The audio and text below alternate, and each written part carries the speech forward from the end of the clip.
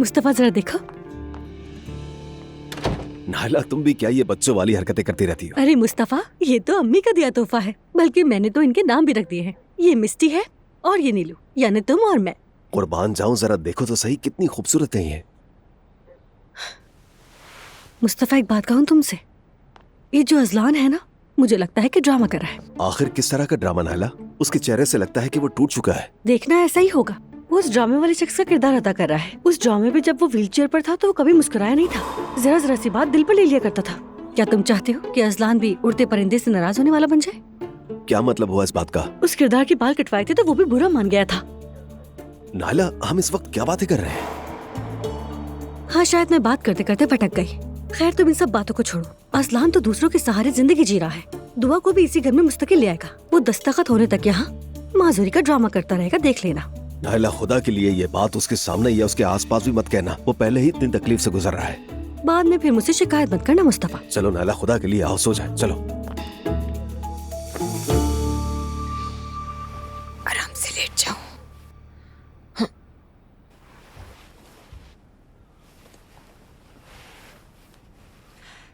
इस तरह मुंह मत बनाओ अजलान, देखो सब ठीक हो जाएगा।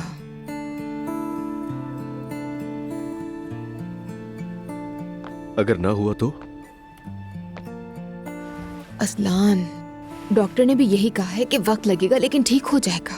और इलाज होने के साथ साथ तुम्हारे हौसले पर भी डिपेंड करता है। मैं कोशिश कर तो रहा हूं दुआ। कोशिश नहीं कर रहा हूं क्या मैं? क्या इस तरह लेटे रहना अच्छा लग रहा होगा मुझे? परेशान ना हो, मैं तुम्हारे साथ हूँ। बल्कि देखना, इंशाल्लाह बहुत जल्द हम दोनों अपने घर वापस जाएंगे। इस घर का माहौल कभी नहीं बदलेगा। तुम्हारी अम्मी का वाहिद मकसद अब भी नूर की शादी करवाना है। मुझे पता तुम मेरे लिए यहाँ आओ दुआ। तुम्हारा शुक्रिया। तुम सब कुछ हो मेरा। चलो अब सो जाए।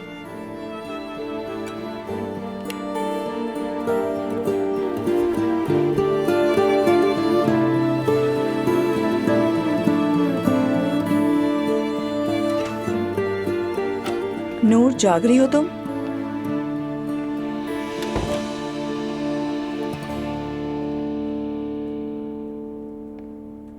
फिक्र हो रही थी तुम्हारी। सब ठीक है?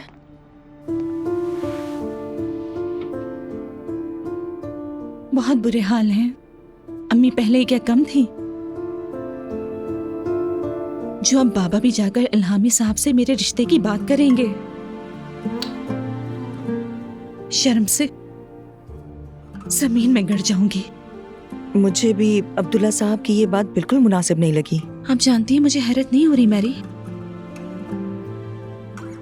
क्योंकि ये पहले भी कर चुके हैं।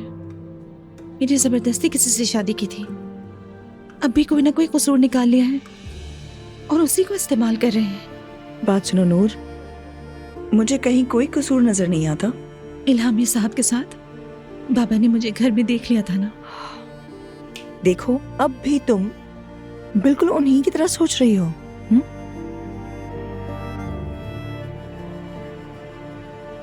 मैंने जिंदगी में पहली बार किसी से दिल की बात की थी, ना करती तो बेहतर था। देखिए मेरे साथ क्या कुछ हो गया। ठीक है, मान लेते हैं इल्हामी ने शादी के लिए हाँ कर दी है। तुम बताओ, क्या आप उसके साथ खुश रहोगी? किसी का जबरदस्ती मुझसे शादी करना, क्या आपको लगता है इससे मैं खुश हो जाऊंगी? मुझे नहीं मालूम। नहीं, शायद उसके जज्बात बदल जाएं, कुछ कह नहीं सकती। जरा ये पहलू भी तो सोचो। हाँ, मुझे समझ नहीं आ रहा कि क्या सोचूं। काश अल्लाह मेरी जान ले लेता और मैं बात ही ना करती। आखिर मैं हूं ही कौन? और किसी मर्द से दिल की बात करने का क्या मतलब? तुम समझदार और एडल्ट औरत हो, और क्या हुआ? तुम्हें एक मर्द पसंद आया ना, तुमने जाके बात की। मसला तुम में नहीं, तुम्हारे अम्मी बाबा में है।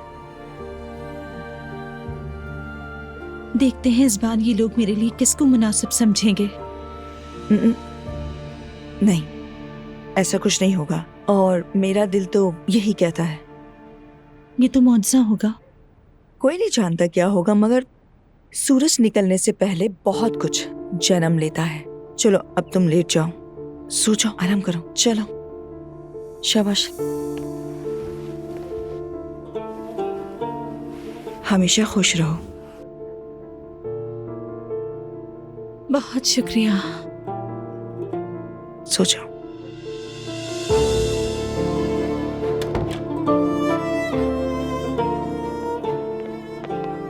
Good evening. शाम बखैर मैरी। अब्दुल्ला साहब।